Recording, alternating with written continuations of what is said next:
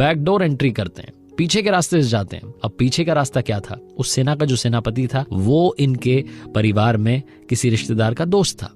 अब इसने सोचा कि क्यों ना उस रिश्तेदार तक पहुंचा जाए। अपनी मम्मी से जाकर के इसने अर्जी लगाई कि माँ प्लीज मुझे वहां तक जाने दीजिए, उनसे कहिए कि वो मेरी मुलाकात करवा दें सेनापति से। रिश्तेदार के घर पहुंचा, वहां से सेनापति से मिला। सेनापति को जाकर के कहा कि बस मुझे सेना में ले लीजिए। सेनापति ने कहा कि बेटा आपके अंदर वो टैलेंट नहीं है, आपको तलवारबाजी आती नहीं है, आप तलवार ढंग से चला नहीं पाते, आपका सेना में क्या काम रहेगा। लेकिन फिर भी क्योंकि आपके रिश्तेदार मेरे दोस्त हैं तो दोस्ती की खातिर मैं आपको सेना में ले लेता हूं। आप रिजर्व्ड फोर्स में रहेंगे, आपका काम नहीं होगा, आप बस आराम कीजिएगा, बहुत कम आप लोगों की जरूरत पड़ेगी, मुश्किल है कि आपकी कभी जरूरत भी पड़े। लड़का खुश हो गया कि चलो भाई सैनिक की वर्दी मिल जाएगी, काम भी नहीं करना है, युद्ध में भी नहीं जाना है, आराम करेंगे, आराम से रहेंगे, रिजर्व फोर्स के साथ रहेंगे, बहुत मुश्किल से कभी मौका मिलेगा युद्ध में जाने का, वो तब की तब देखेंगे। रिजर्व फोर्स में शामिल हो गया। साल पर साल बीतते गए। एक बार उस राज्य पर बहुत बड़ा हमला हुआ। अब सारी फोर्सेस, जितनी सेनाएं थी, सबको युद्ध के मैदान में उतरना था। ये लड़का भी मैदान में उतरा, तलवार चलानी आ नहीं रही थी, इसके चक्कर में बहुत बड़ी मुश्किल हो गई और शाम में इसे सेनापति के सामने पेश किया गया। सारे सैनिक इसको बुरी बुरी सुनाने लगे। सेनापति ने कहा कि ये तो बड़ा ही एम्बैरेसिंग मोमेंट है, क्या किया जाए, मैंने तो खुद इसे भर्ती किया। तो उसने उस लड़के को डांटते हुए कहा कि अब तुम सेना में नहीं रहोगे, अब तुम जाकर के महल की पहरेदारी करोगे, तुम आज से पहरेदार हो। लड़के को फिर से एक नया काम मिल गया, अब उसे पहरेदार बनना था। अब वो सोच रहा था कि ये तो बड़ा अच्छा हुआ, सेनापति से मैंने अर्जी लगाई थी तो सैनिक बना था, रिजर्व फोर्स में था, काश मेरी बात एक बार यहाँ के राजा से हो जाए, फिर तो कमाल ही हो जाएगा। साल पर साल बीतते गए, महल के सामने खड़ा हुआ पहरेदारी करता रहा, लेकिन कभी भी राजा से मुलाकात नहीं हो पाई। बूढ़ा हो चला था, सर्दी की शाम थी, पतली सी वर्दी पहन करके पहरेदारी कर रहा था। पता नहीं कहां से किस्मत चमकी, उस दिन राजा साहब वहां से निकले। उनके साथ में ज्यादा सैनिक नहीं थे तो उनकी भी नजर पड़ गई। एक पहरेदार ठिठुर रहा है, वृद्ध सा, बूढ़ा सा। राजा उसके पास आया और आकर के बोला कि आपको ठंड नहीं लग रही? तो उस पहरेदार ने कहा कि मुझे बड़ी ठंड लग रही है, लेकिन क्या करूं साहब, सालों से इसी वर्दी में सर्दी बिताता आ रहा हूं। राजा ने वादा कर दिया कि आप चिंता मत कीजिए, अभी मैं अंदर जाता हूं, वहां से आपके लिए एक अच्छा सा कंबल भिजवाता हूं। राजा साहब अंदर गए, व्यस्त हो गए, इस बात को भूल गए। सुबह सुबह सैनिकों ने जाकर के बताया कि राजा साहब आपने जिस पहरेदार को वादा किया था कंबल पहुंचाने का, उसकी रात में ठिठुरने की वजह से, सर्दी में ठिठुरने की वजह से मौत हो गई है। राजा दौड़ा चला आया, आकर के देखता है पहरेदार की लाश पड़ी हुई थी और लाश के पास में मिट्टी पर उंगली से कुछ लिखा हुआ था। वहां लिखा हुआ था कि राजा साहब, मैं सालों से सर्दी में रात बिताते चला आ रहा था, लेकिन कल रात में आपने कंबल का वादा किया और उस वादे के चक्कर में मुझे ज्यादा ठंड लगने लगी। मुझे लगा कि कंबल आएगा और उसी वादे के चक्कर में, उसी वादे के सहारे में रात बिताता रहा। मैं कमजोर पड़ता गया और अब मेरी जान जा रही है। छोटी सी कहानी बहुत बड़ी बात सिखाती है। सहारे इंसान को खोखला कर देते हैं। सहारे लेना बंद कीजिए, खुद की ताकत को आजमाना शुरू कीजिए, तभी आप कमाल कर पाएंगे। आरजे कार्तिक बार बार कहता है, फिर से कहूंगा, कर दिखाओ कुछ ऐसा कि दुनिया करना चाहे आपके जैसा। लाइफ में कभी ना कभी एक बार तो आपको भी लगा होगा, अगर अभी नहीं लगा तो पहले लगा होगा। हो सकता है अभी भी आप सोचते हो कि जिंदगी में कोई ना कोई ऐसा है जिसकी वजह से मेरी ग्रोथ रुकी हुई है, कोई मेरे आसपास ऐसा है जिसने मेरा रास्ता रोक रखा है। हाय गाइस, मेरा नाम है आरजे कार्तिक। अगर आपको लगता है कि आपका रास्ता किसी ने रोक रखा है तो ये कहानी सिर्फ और सिर्फ आपके लिए है। एक बार एक प्राइवेट कंपनी के दरवाजे के बाहर नोटिस बोर्ड पर एक लेटर चिपका। सुबह सुबह जब एम्प्लॉइज पहुंचे तो देख करके शॉक्ड रह गए। उस लेटर पर लिखा था कि आज उनकी डेथ हो गई है जिनकी वजह से आपका रास्ता रुका हुआ था, जिन्होंने आपकी ग्रोथ रोकी हुई थी, आज वो हमें छोड़कर चले गए हैं। ऑफिस के कॉन्फ्रेंस हॉल में अंतिम संस्कार की क्रिया शुरू होगी। फ्यूनरल के लिए ले जाएं उससे पहले आप अंतिम दर्शन कर सकते हैं, वहां डेड बॉडी रखी हुई है। ऐसा करके पूरा उस पर लिखा हुआ था। जैसे जैसे एम्प्लॉय सुबह आ रहे थे, पढ़ रहे थे, शॉक्ड हो रहे थे। पहली बात तो उन्हें दुख हो रहा था कि उनमें से कोई एक चला गया, कौन चला गया पता नहीं चल रहा था। दूसरी बात, वो ये जानने के लिए उत्सुक थे, एक्साइटेड थे कि कौन है जिसने हमारा रास्ता रोक रखा था, जो यहां से चला गया, हमें छोड़ करके चला गया। सारे एम्प्लॉयज ने ये चेक करने की कोशिश की कि जल्द से जल्द मालूम चल जाए, लेकिन ऑफिस में तैयारी कुछ इस तरीके से की गई थी कि एक बार जो कॉन्फ्रेंस हॉल में जा रहा था, जब वो बाहर निकल रहा था तो दूसरे किसी व्यक्ति के संपर्क में आ नहीं पा रहा था। लाइन बड़ी लंबी लग चुकी थी, सिक्योरिटी बुलानी पड़ गई, धीरे धीरे एक करके लोग जाने लगे। जब वो अंदर जा रहे थे और जब बाहर निकल रहे थे तो उनके चेहरे पर उदासी थी, गमगीन थे। ऐसा लग रहा था कि उन्हें कोई बहुत बड़ा झटका लगा है।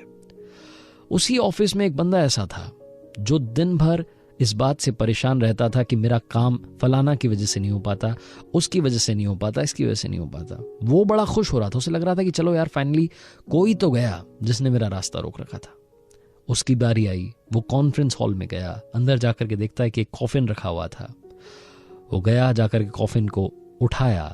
जैसे ही उसने ढक्कन खोला वो शॉक्ड रह गया। वहां अंदर कोई भी बॉडी नहीं थी। उस कॉफिन में मिरर लगा हुआ था और उस मिरर के पास में एक कागज चिपका हुआ था। उस लेटर पर लिखा था कि जिंदगी में आप ही हैं जिसने आपका रास्ता रोक रखा है। आपने खुद की ग्रोथ को रोका हुआ है। आपको अपनी उन कमजोरियों को पहचानने की जरूरत है।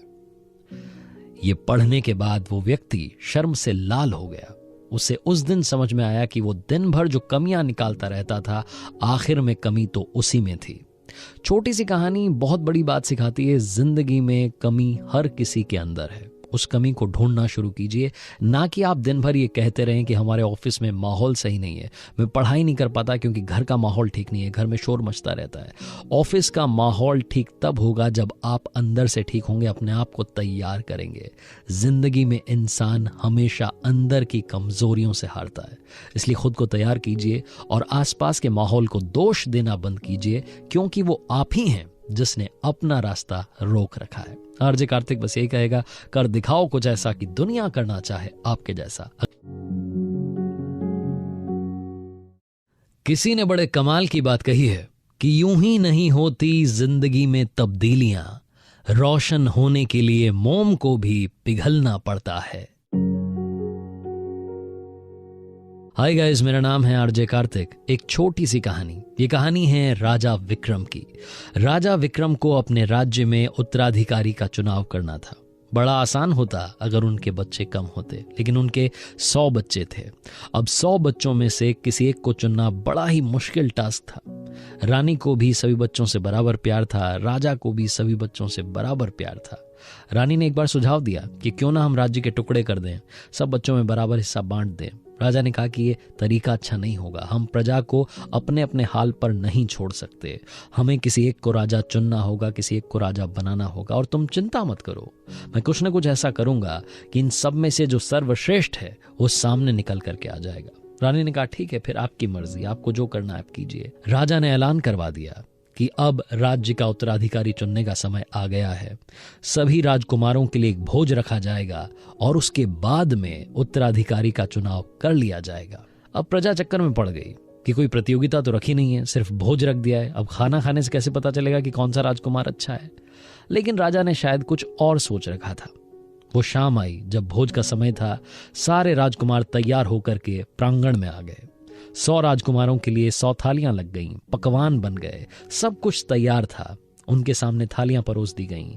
वो खाना खाने ही वाले थे कि अचानक से वहां बहुत सारे शिकारी कुत्ते आ गए। अब राजकुमारों में हलचल मच गई। वो इधर उधर भागने लगे, तितर बितर हो गए।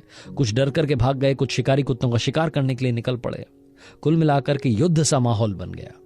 वो शाम जैसे तैसे बीत गई। जब प्रजा को मालूम चला कि वहां पर तो शिकारी कुत्ते आ गए थे, तो प्रजा सोच में पड़ गई। जनता सोचने लगी कि अब तो कैसे राजा मिलेगा। लेकिन अगले दिन राजा विक्रम ने ऐलान किया कि आज शाम में दरबार लगेगा और भरे दरबार में घोषणा की जाएगी कि राज्य का राजा कौन होगा। जनता को समझ नहीं आ रहा था कि राजा साहब ने उत्तराधिकारी चुन कैसे लिया है, कहां से इन्होंने चुनाव कर लिया है, क्योंकि खाना तो हुआ नहीं, भोजन हुआ नहीं, चुनाव हुआ नहीं। कौन सी प्रतियोगिता थी जिससे परिणाम निकल आया है? खैर, शाम का वक्त आया, दरबार सज चुका था, मंत्री बैठे हुए थे, जनता आकर के दरबार में बैठ गई थी। हर कोई इंतजार कर रहा था उस अनाउंसमेंट का, जब मालूम चलने वाला था कि हमारा अगला राजा कौन होगा। राजा साहब ने एक एक करके सारे राजकुमारों को बुलाया और उनसे पूछना शुरू किया कि कल का भोज कैसा रहा, कल का खाना कैसा था। पहले राजकुमार ने, जो सबसे ज्येष्ठ थे, सबसे बड़े थे, वो गुस्सा होने लगे। उन्होंने बोला कि क्या तरीका है पिताजी, कल आपने देखा होगा जब हम खाना खाने के लिए बैठे, भोज शुरू होने वाला था, तभी अचानक से शिकारी कुत्ते आ गए। हमारे पहरेदार इतने निकम्मे हो गए हैं कि वो शिकारी कुत्तों को रोक नहीं पाए। हमें खुद जाकर के 3-4 का शिकार करना पड़ा। कितनी मुश्किल घड़ी थी। दूसरे वाले से पूछा तो उसने कहा कि पिताजी मुझे नहीं मालूम, मैं तो वहां से डर करके भाग गया था, मुझे बड़ा डर लगता है। एक एक करके राजकुमार अपना बहाना गिनाते रहे। आखिरी राजकुमार जिन्होंने कहा कि हाँ पिताजी, मैंने कल भोजन खाया, बहुत ही कमाल का भोजन था, बहुत ही स्वादिष्ट भोजन था, बहुत अच्छे पकवान बने थे, खाना खाने में आनंद आ गया, मजा आ गया, इससे बढ़िया भोजन नहीं हो सकता था। हर कोई वहां पर अचंभे में पड़ गया, शॉक्ड था, समझ नहीं पाया कि इन भाई साहब ने कैसे खाना खा लिया। राजा ने भी पूछा कि जरा बताइए दरबार को कि आपने कल भोजन कैसे किया। तो वो जो राजकुमार थे जिनका नाम शांतनु था, उन्होंने कहा कि कल महाराज वहां 100 थालियां लगी थीं। मैं खाना खाने के लिए बैठा, अचानक से शिकारी कुत्ते आ गए, सारे राजकुमार भाग गए, मैं वहीं बैठा रहा, मैं अपना खाना खाता रहा। जैसे ही कोई शिकारी कुत्ता मेरी तरफ आता, मैं एक थाली उठाता और उसके सामने खाली कर देता। 99 थालियां रखी हुई थी, मैंने सारे कुत्तों को भोजन भी करा दिया और साथ में अपना भोजन भी शांति से पा लिया, अपना भोज भी पूर्ण कर लिया। इस तरीके से महाराज कल मेरा भोजन बड़ा शानदार रहा। जैसे ही शांतनु का जवाब सुना तो दरबार में तालियां बजने लगीं और राजा ने अनाउंसमेंट की कि अब यही आपके अगले राजा होंगे। छोटी सी कहानी बहुत बड़ी बात सिखाती है। लाइफ में प्रॉब्लम्स हर किसी के हैं, बहुत सारी समस्याओं का पहाड़ हम सब के सामने खड़ा है।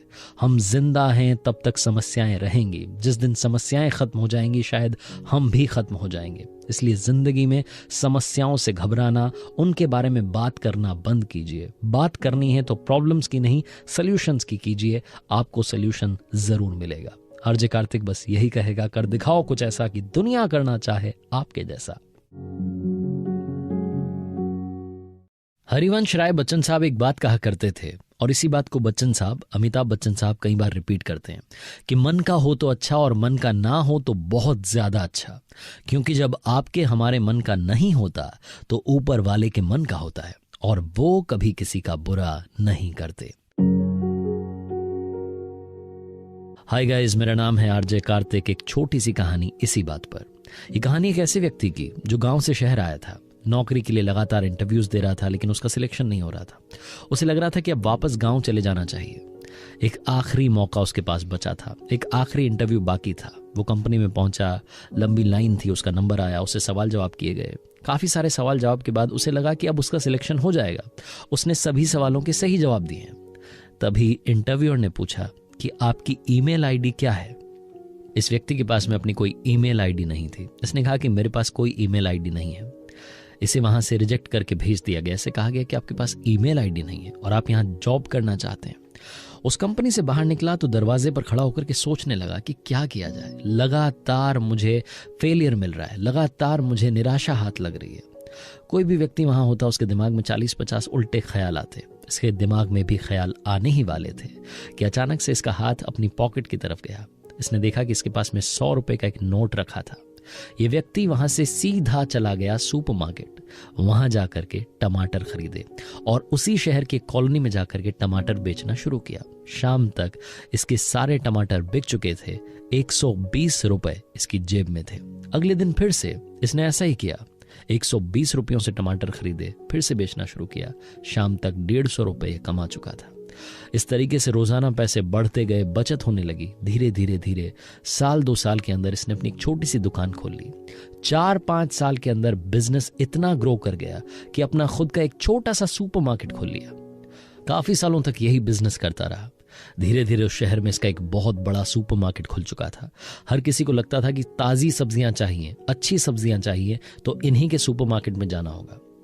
एक दिन ये बैठा हुआ था, इसको ख्याल आया कि क्यों ना इतने बड़े बिजनेस का इंश्योरेंस करवाया जाए।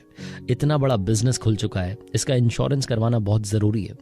इसने एक इंश्योरेंस एजेंट को कॉल किया और कहा कि आप आइए, मुझे अपने बिजनेस का इंश्योरेंस करवाना है। वो एजेंट वहां पहुंचा, वहां पहुंच करके सारी जानकारी लेने लगा, फॉर्म फिलअप करने लगा और आखिरी में पूछता है कि सर आपकी ईमेल आईडी क्या है। तो ये जो बिजनेसमैन था, जो कि इतना बड़ा व्यापारी बन चुका था, सब्जियों का इतना बड़ा सुपरमार्केट था, इसने कहा कि मेरे भाई, मेरी कोई ईमेल आईडी नहीं है। अगर मेरी ईमेल आईडी होती तो आज तुम यहां बैठ करके मेरे सुपरमार्केट का इंश्योरेंस नहीं कर रहे होते। इंश्योरेंस एजेंट को यह बात समझ में नहीं आई क्योंकि उसे पुरानी कहानी मालूम नहीं थी, लेकिन आपको समझ में आई होगी। कई बार हमारे मन का नहीं होता है। जब आपके मन का ना हो तो इंतजार कीजिए, ऊपर वाले के मन का जरूर होगा। और कोशिश कीजिए, कई सारे रास्ते आपके आसपास खुले हैं, उनमें से सबसे अच्छा रास्ता चुनिए और उस पर चल कर दिखाइए। कर दिखाओ कुछ ऐसा कि दुनिया करना चाहे आपके जैसा। किसी ने बड़े कमाल की बात कही है कि खुद को खुश रखने के तरीके ढूंढें, क्योंकि तकलीफें तो आपको ढूंढ ही रही हैं। हाय गाइस, मेरा नाम है आरजे कार्तिक। एक छोटी सी कहानी। ये कहानी एक बूढ़ी अम्मा की, जिनकी फैमिली में अब कोई नहीं बचा था। जिस फ्लैट में वो रहती थी उसकी ईएमआई चुकाना अभी भी बाकी था, लोन चल रहा था। फैमिली कंडीशंस खराब थी, इकोनॉमिक कंडीशंस खराब थी, और इस वजह से कुछ महीने ऐसे भी थे जिनमें उनके पास ईएमआई चुकाने के लिए पैसे नहीं थे। उस बिल्डिंग के ओनर ने नोटिस दे दिया कि आपको अब ये फ्लैट खाली करना होगा, क्योंकि हम ऐसे व्यक्ति को यहाँ नहीं रख सकते जिनके पास में पैसा भी नहीं है। उसने 2-3 बार नोटिस दिया और फाइनली सिक्योरिटी गार्ड्स को बुला लिया। उन अम्मा का सामान बाहर फेंकने की तैयारी हो रही थी। वो फूट फूट करके रो रही थी। उन्हें समझ नहीं आ रहा था कि क्या हो रहा है उनकी लाइफ में। तभी अचानक से उस सीन में एक ऐसे बंदे की एंट्री होती है जो कि सब कुछ पलट देता है। सूटेड बूटेड बंदा आता है और आकर के सिक्योरिटी गार्ड्स को पेपर दिखाता है। सिक्योरिटी गार्ड्स वहां से चले जाते हैं। अम्मा पूछती हैं कि आप कौन हैं और कहां से ऊपर वाला बनकर मेरी लाइफ में आए हैं। तो वो बंदा बताता है कि माँ, आप शायद भूल गई, लेकिन मैं आपको कभी नहीं भूल सकता। ये फ्लैट मैंने अपने नाम किया है और उसके बाद फिर से आपके नाम कर दिया है, क्योंकि आप आज से 30 साल पहले मेरी लाइफ में ऊपर वाला बनकर आई थी। आपको शायद याद नहीं होगा, आप और आपके पति एक बार मार्केट में कुछ शॉपिंग करने के बाद में बाहर निकले थे एक मॉल से, और बाहर फुटपाथ पर मैं पड़ा हुआ था। गंदे कपड़े थे, भीख मांग रहा था। जैसे बाकी भिखारियों को डांट कर भगा दिया जाता है, झड़क दिया जाता है, वैसे ही आपके पति ने मुझे मना कर दिया था, कहा था दूर जाकर के बैठ जाओ। लेकिन आपका दिल पिघला और आपने मेरी मदद की। आपके पति तो थोड़ा आगे बढ़ गए, लेकिन आप वहीं रुकी रहीं। आपने अपने पर्स में से जितना कैश था निकाल करके मुझे दे दिया, और साथ में एक लॉकेट दिया और कहा कि इसे हमेशा पहनना, यह तुम्हारा लकी चार्म रहेगा। उस दिन मैं आपका सिर्फ शुक्रिया अदा कर सका, और मैंने जाते जाते आपका नाम पूछ लिया था। वो नाम मैं कभी नहीं भूल सकता। आप तो उस वक्त मेरी मदद करके चली गईं, लेकिन आपने जो पैसे मुझे दिए थे, मैंने उनका सही इस्तेमाल किया। मैंने पढ़ाई करना शुरू किया, अपने आप की जिंदगी को संवारना शुरू किया। इन 30 सालों में काफ़ी कुछ मेरे साथ हुआ। मैंने बहुत सारी पढ़ाई की, बहुत सारी तैयारी की। धीरे धीरे मैं इस लायक बन गया कि अपना बिजनेस शुरू कर दिया। आज रियल एस्टेट सेक्टर में एक बहुत बड़ा बिजनेसमैन बन गया हूँ। कल मेरे ऑफिस में लैपटॉप पर एक फाइल खुली हुई थी जिसमें उन लोगों के नाम थे जिनके फ्लैट्स खाली करवाए जाने थे। अचानक से वो नाम मुझे दिखा जिसने मेरी जिंदगी बदल दी। आपके बारे में सारी डिटेल्स निकलवाई और यहाँ पहुँच गया। फटाफट से फ्लैट खरीदा और ये फ्लैट फिर से आपके नाम कर दिया। आपने मेरी जिंदगी संवारी थी। मैं नहीं चाहता कि अब इस उम्र में आपकी कोई जिंदगी बर्बाद करे। ये लॉकेट जो कि आपने मुझे उस वक्त दिया था, ये लकी चार्म वाला लॉकेट अब मैं आपको दे रहा हूं। आप हमेशा मुस्कुराएं मां, मेरी बस यही आपके लिए कामना है। छोटी सी कहानी बहुत बड़ी बात सिखाती है। जिंदगी में दुआएं कमाइए, क्योंकि पैसा तो हर कोई कमाता है। जब आप दुआएं कमाएंगे तो पैसा अपने आप बढ़ता चला जाएगा। आप खुद समझ नहीं पाएंगे, इतनी कृपा आपकी लाइफ में अचानक आने लगेगी। लाइफ में गुड विशेस का होना बहुत ज्यादा जरूरी है। और याद रखना, ज्ञान सबके पास है, बांटनी हो तो मुस्कान बांटिएगा। कर दिखाओ कुछ ऐसा कि दुनिया करना चाहे आपके जैसा। किसी ने बड़े कमाल की बात कही है कि काश जिंदगी में समस्याएं भी व्हाट्सएप स्टेटस की तरह होती, जो 24 घंटे में खुद ब खुद डिलीट हो जाती। हाय गाइस, मेरा नाम है आरजे कार्तिक। एक छोटी सी कहानी। ये कहानी गरीब परिवार में रह रहे बच्चे की, जिसकी फैमिली में खाने पीने के लाले थे, जिसके परिवार में बहुत कम पैसा था। एक दिन पिताजी ने इस बच्चे को बुलाया और कहा कि बेटा एक काम करना, ये पुरानी सी टी शर्ट है, इसको आज मार्केट में जाकर के बेच करके आना। क्या लगता है आपको कितने की होगी? उस बच्चे ने टी शर्ट को देखा और बोला कि $1 की होगी। तो पापा ने कहा बेटा आपको आज इसे $2 में बेच करके आना है। लड़के को समझ नहीं आया कि पापा ने कौन सा टास्क दिया। फिर उसे याद आया कि उसकी फैमिली कंडीशंस बहुत खराब थी, तो उसने सोचा कि फैमिली की मदद करने का इससे बढ़िया मौका नहीं मिलेगा। वो लड़का बाहर जा चुका था, आसपास ढूंढने लगा किसको बेचूं किसको बेचूं। फिर उसे लगा कि टी शर्ट तो वाकई में बहुत गंदी है, इसको $2 में तो कोई नहीं खरीदेगा। वो लड़का वापस घर में आया। घर में जो पुराने कपड़े रखे थे उसके नीचे उस टी शर्ट को रख दिया। उनके घर में आयरन तो थी नहीं, प्रेस करने का इससे बढ़िया तरीका नहीं था। वो टी शर्ट थोड़ी सी ठीक हो गई, उसकी सलवटें मिट गई। अब वो टी शर्ट को लेकर के स्टेशन पहुंच गया, वहां जाकर के बेचने की कोशिश करने लगा। शाम तक फाइनली वो टी शर्ट बिक गई, $2 में बेच दी। घर आया, पापा को आकर के $2 दिए। लड़के को लगा कि पापा खुश होंगे, लेकिन पापा ने कोई रिएक्शन नहीं दिया, पापा चुप रहे। अगले दिन पापा ने फिर से एक पुरानी टी शर्ट निकाली और इस लड़के से कहा कि बेटा आज आपको फिर से ये टी शर्ट बेचने के लिए जाना है, और आज $2 में नहीं बल्कि $20 में ये $1 वाली टी शर्ट बेच करके आनी है। आप ही ने बताया था कि $1 की है, अब $1 वाली टी शर्ट आप $20 में बेच करके आएंगे। लड़के को अब की बार तो कुछ समझ में नहीं आ रहा था, पूरा ब्लैंक था, उसे समझ नहीं आ रहा था क्या करना है। फाइनली उसने फिर से अपना दिमाग लगाया, तो उसको लगा कि एक काम करता हूँ। उसके घर में एक पुराना मिकी माउस का स्टिकर रखा था, उसने उस टी शर्ट पर उस मिकी माउस के स्टिकर को चिपका दिया। वो टी शर्ट अब मिकी माउस वाली बन गई थी। वो लड़का उस टी शर्ट को लेकर के गया और एक बड़े से स्कूल के सामने खड़ा हो गया, जहां पर अमीरों के बच्चे पढ़ा करते थे। स्कूल की छुट्टी हुई, सारे बच्चे बाहर निकले, उनके मम्मी पापा उन्हें लेने के लिए आए हुए थे। उनमें से एक बच्चे की नजर पड़ी इस टी शर्ट पर जिस पर मिकी माउस बना था। उस बच्चे ने अपने पापा से जिद की कि पापा मुझे वो टी शर्ट चाहिए। पापा ने देखा कि एक छोटा सा बच्चा टी शर्ट बेचने के लिए खड़ा हुआ है। वो आए, उन्होंने देखा कि टी शर्ट बड़ी अच्छी थी, मिकी माउस का स्टिकर था, बड़ी क्रिएटिविटी दिखाई गई थी, तो बड़े खुश हुए। उन्होंने $20 भी दिए और साथ में $5 की टिप दी कि बेटा ये आपके लिए। अब वो $1 की टी शर्ट ये लड़का $25 में बेच चुका था। इसे लग रहा था कि आज तो पापा बहुत ज्यादा खुश होंगे। ये पहुंचा घर पर, जाकर के पापा को बताया कि पापा $1 वाली टी शर्ट आज $25 में बेच दी है। पापा ने कोई रिएक्शन नहीं दिया, ना खुश हुए ना दुखी हुए, चुप रहे। अगले दिन फिर से उन्होंने एक पुरानी टी शर्ट निकाली, वही $1 वाली टी शर्ट, और बच्चे से कहा कि बेटा आज आपको इस टी शर्ट को $200 में बेच करके आना है, और मुझे पूरी उम्मीद है कि आप ये करके दिखाओगे। लड़के के पसीने छूट गए, उसे समझ नहीं आ रहा था कि पापा कौन सा टास्क दे रहे हैं। रोजाना मुझसे कह रहे हैं कि जाओ इतने में बेच करके आओ, इतने में बेच करके आओ। फिर उसे अपनी फैमिली कंडीशन से याद आई। उसे लगा कि हमारे परिवार में वाकई पैसे की जरूरत है, मुझे फैमिली की मदद करनी होगी। जब मैं $1 की टी शर्ट को 25 में बेच सकता हूँ तो 200 में भी बेच सकता हूँ। लड़का बाहर बाजार में निकला और आसपास देखने लगा। उसकी नजर पड़ी उनके शहर में एक बड़ी एक्ट्रेस आने वाली थी एक स्टोर के इनॉग्रेशन के लिए। लड़का वहीं पहुंच गया। वहां पहुंचा तो देखता है कि लंबी भीड़ लगी हुई थी। उस लंबी सी भीड़ में से छोटा बच्चा था, इधर से उधर से घुसता हुआ आगे निकल गया। वहां एक्ट्रेस आई हुई थी, वो इनॉग्रेशन करने वाली थी। तब ये लड़का चिल्लाने लगा, मैम मैं आपका बहुत बड़ा फैन हूँ। तो एक्ट्रेस ने देखा कि एक छोटा सा बच्चा आवाज लगा रहा है, उनके बारे में अच्छी अच्छी बातें कर रहा है, कॉम्प्लीमेंट दे रहा है, तो उन्होंने उस बच्चे को आगे बुला लिया। उस बच्चे के पास में एक टी शर्ट थी। उसने कहा कि मैम क्या आपका ऑटोग्राफ इस पर मिलेगा। उस एक्ट्रेस ने उस पर अपने साइन कर दिए। उसके बाद वो लड़का वहां पर खड़ा होकर के टी शर्ट बेचने लगा कि बताइए आप में से किसको चाहिए। वो $200 का टारगेट लेकर के गया था, वो टी शर्ट उसने $250 में बेच दी। उस टी शर्ट के मुंह मांगे दाम उसे उस दिन मिल गए।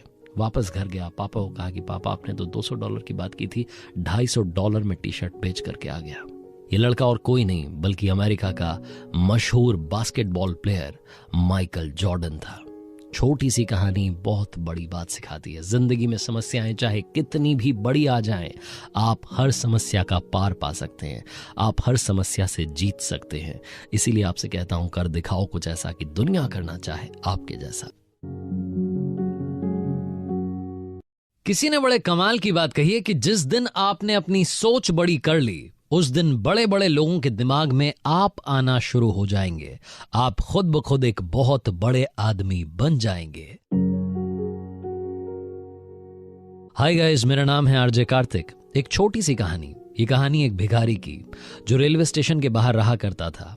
स्टेशन से ट्रेन में बैठता, दूसरे स्टेशन उतरता, वहां से दूसरी ट्रेन में बैठता, फिर अपने स्टेशन उतरता, ट्रेन में भीख मांगने का काम करता था। एक दिन रोजाना की तरह भीख मांग रहा था, लोगों के सामने जाकर के गिड़गिड़ा रहा था, पैसे मांग रहा था। तभी इसने देखा कि उस कोच में एक सूटेड बूटेड बंदा बैठा हुआ था। इसे लगा कि ये अमीर आदमी है, इससे अगर भीख मिल गई तो कम नहीं मिलेगी, अच्छी खासी मिलेगी, फिर मुझे दूसरे कोच में जाकर के भीख मांगने की जरूरत नहीं पड़ेगी। उसके पास गया और जाकर के एक्टिंग करने लगा, भीख मांगने लगा, अपनी आवाज को बदल बदल करके अपना सारा दर्द निकालने लगा। लेकिन वो जो बंदा बैठा हुआ था, सूटेड बूटेड आदमी, उसने डांट दिया। उसने बोला कि आप ये मेरे सामने नाटक मत कीजिए, मैं आपको देख रहा था, आप चुपचाप वहां से चले आ रहे थे, यहाँ आकर के आप उदास हो गए, गिड़गिड़ाने लगे, ये हरकत मत कीजिए। आज मैं आपसे एक बात पूछना चाहता हूं, मैं आपको चलिए भीख दे भी दूंगा, आपके पास मुझे देने के लिए क्या है? भिखारी ने कहा कि ये क्या सवाल कर रहे हैं आप, मैं तो भिखारी हूं, मेरे पास आपको देने के लिए क्या हो सकता है, मेरी औकात क्या है कि मैं आपको बदले में कुछ दे दूं। तो जो सूटेड बूटेड बंदा था उसने कहा कि जब आप मुझे कुछ नहीं दे सकते तो मुझसे कुछ लेने की उम्मीद भी मत रखिए, आप चले जाइए, आपको मेरे पास से 1 रुपया नहीं मिलने वाला। ये व्यक्ति वहां से चला गया भिखारी, और सोचता रहा कि यार ये क्या बात बोल दी, ये क्या बात बोल दी कि तुम्हें भी मुझे कुछ देना होगा। भिखारी को समझ नहीं आया।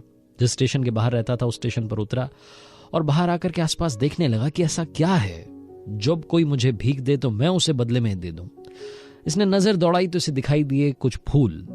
इसने देखा कि यहाँ पौधे लगे हैं, पौधों पर फूल आए हुए हैं, क्यों ना एक काम करता हूं, अब से जब भी कोई मुझे भीख देगा मैं उसे बदले में एक फूल दूंगा।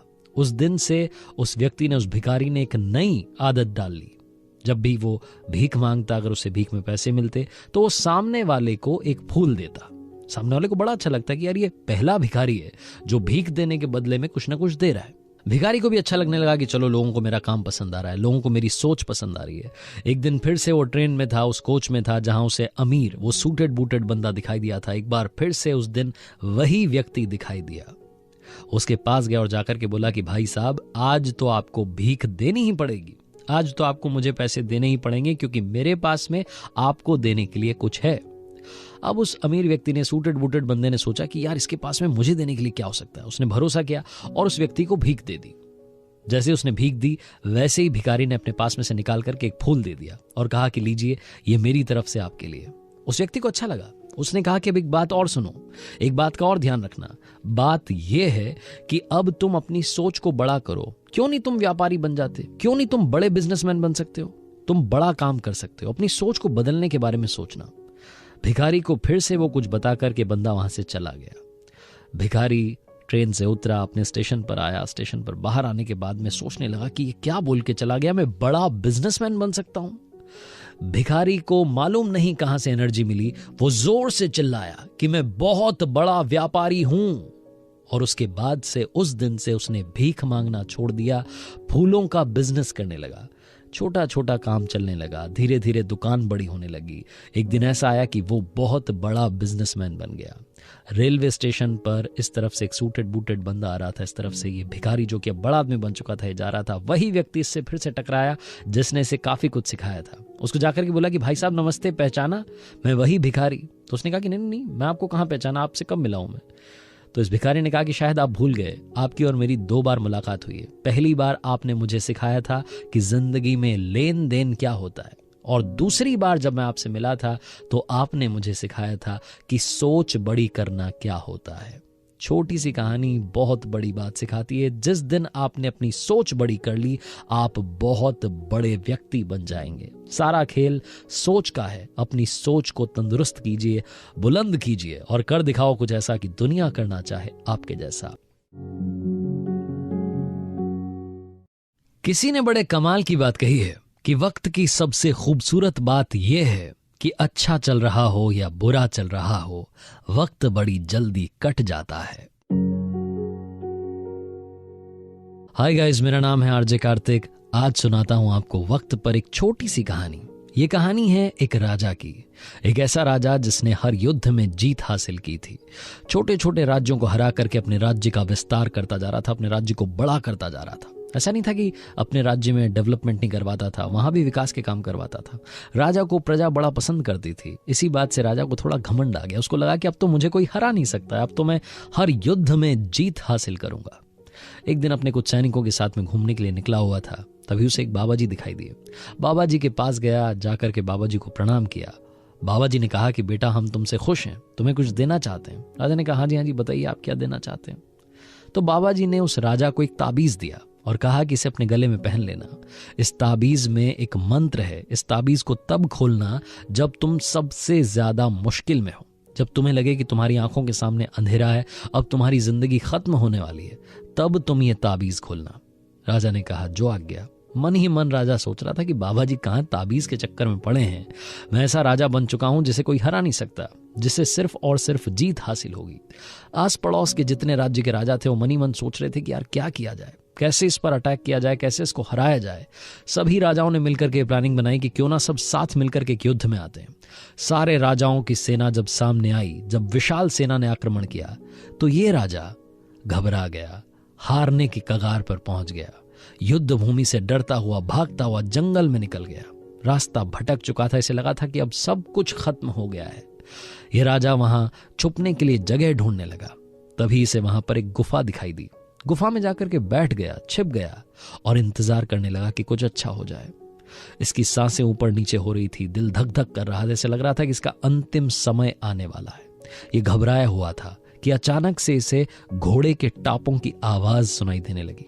इसे लगा कि दुश्मन देश के सैनिक, उनके घोड़े अब इसकी गुफा की तरफ आ रहे हैं। अचानक से इसे लगा कि जैसे सब कुछ खत्म हो गया है। अचानक से इसने महसूस किया कि इसकी आंखों के सामने अंधेरा है, इसकी मृत्यु होने वाली है। इसको सैनिक पकड़ करके ले जाएंगे, फांसी दे देंगे। इसका राजपाट तो छिन ही गया है, अब जिंदगी भी चली जाएगी। ये राजा निराशा की तरफ जाता जा रहा था। तभी इसे अचानक याद आया कि उन बाबा जी ने एक ताबीज दिया था जो गले में पहना हुआ था। फटाफट से इसने ताबीज निकाला, उसे खोला और उस मंत्र को पढ़ने लगा जो मंत्र बाबा जी ने कहा था कि इस ताबीज में लिखा हुआ है।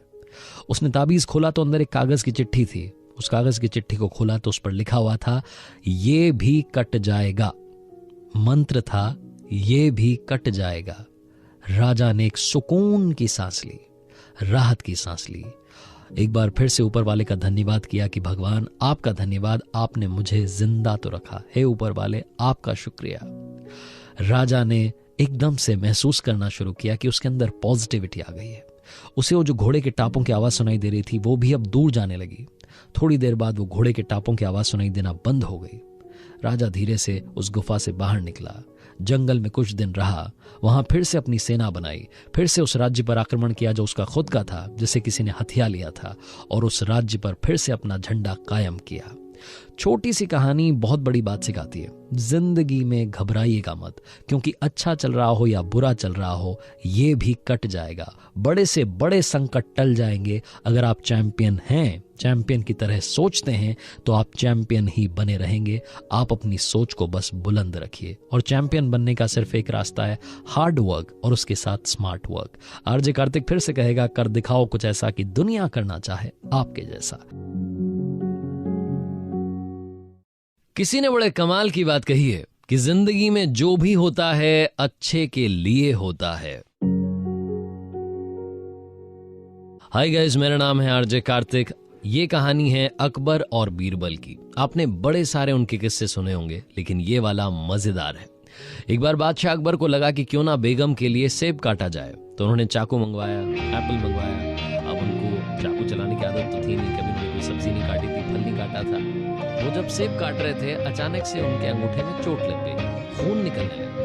तो बड़ी जोर से चिल्लाए और फटाफट से वैद्य को बुलाया गया, दवाइयां मंगवाई गई। लेकिन इस सब के बीच में जब वो चिल्ला रहे थे, दर्द से कराह रहे थे, जब वो दर्द में थे, उनके ठीक पास में बीरबल खड़ा हुआ था, क्योंकि जहां अकबर होते थे वहां बीरबल होता था। तो बीरबल ने कहा कि जहां पनाह आप इतना क्यों दर्द में हैं? याद रखो, जिंदगी में जो भी होता है अच्छे के लिए होता है।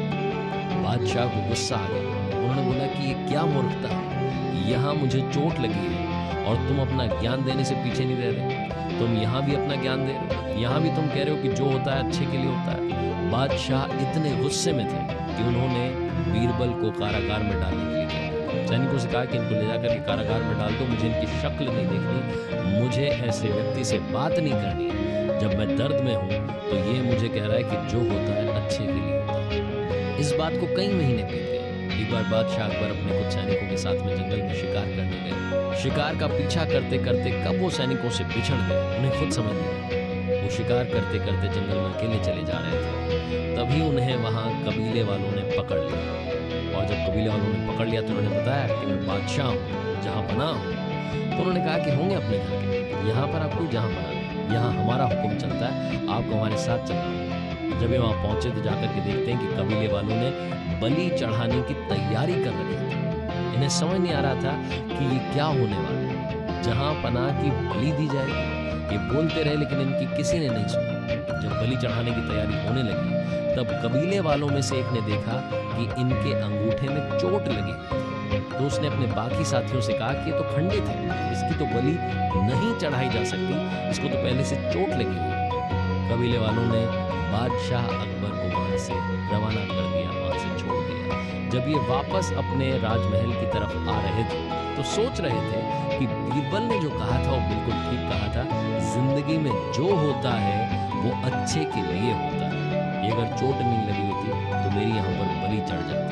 लेकिन इनके दिमाग में अब दूसरी बात चलने लगी कि चलो मेरे साथ में तो ये हुआ, मेरे साथ में तो अच्छा हुआ, लेकिन बीरबल के साथ क्या हुआ, उसको तो मैंने वहां कारागार में डाला हुआ। महल में पहुंचे, फटाफट से कारागार में गए, जाकर के बीरबल को सारी कहानी सुनाई कि भाई ये मेरे साथ में हुआ, लेकिन अब ये बताओ कि तुम्हारे साथ में अच्छा क्या हुआ, तुम्हें तो मैंने जेल में डाल रखा है। तो बीरबल ने कहा कि जहां पनाह, मेरे साथ तो सबसे अच्छा हुआ, क्योंकि जहां आप जाते हैं वहां मैं आपके साथ जाता हूं। अगर आपकी बलि नहीं चढ़ाई होती, आप खंडित थे, तो बलि किसकी चढ़ती? आपके अपने बीरबल की। आपने तो मेरी जान बचा ली जहां पनाह, आपका जितना शुक्रिया अदा करूं उतना कम होगा। छोटी सी कहानी बहुत बड़ी बात सिखाती है। जिंदगी में हमेशा याद रखना, जो होता है अच्छे के लिए होता है। उस वक्त शायद हमें समझ में नहीं आता, लेकिन कुछ सालों के बाद में अगर हम फिर से पीछे देखें तो हमें लगता है कि ठीक ही हुआ था। आरजे कार्तिक बस यही कहेगा, उम्मीद रखिए, हौसला रखिए, कर दिखाओ कुछ ऐसा कि दुनिया करना चाहे आपके जैसा। किसी ने बड़े कमाल की बात कही है कि अगर आपको वो फसल पसंद नहीं जो आप काट रहे हैं, तो उन बीजों की जांच कीजिए जो आप बो रहे हैं।